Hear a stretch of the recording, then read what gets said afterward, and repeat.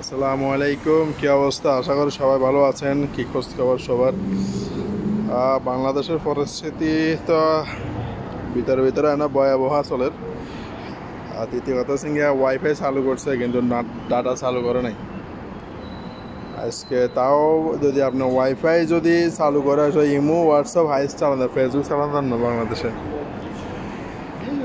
পরিস্থিতি। তবে আলহামদুলিল্লাহ, আল্লাহ লাখ লাখ শুক্রিয়া।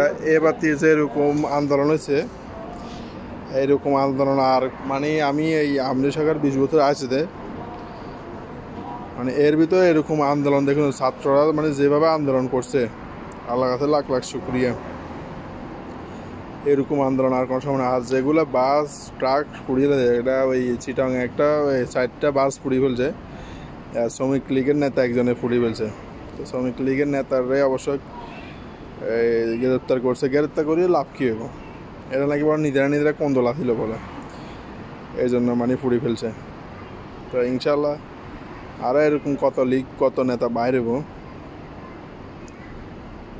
তো ঠিক আছে, সবাই ভালো থাকিও, দোয়া করিও। আল্লাহ হাফেজ। আমরা যারা প্রবাসে আছি, যাতে আল্লাহ আমাদেরকে সবাইকে সুস্থ রাখে। আল্লাহ হাফেজ, সালামু আলাইকুম।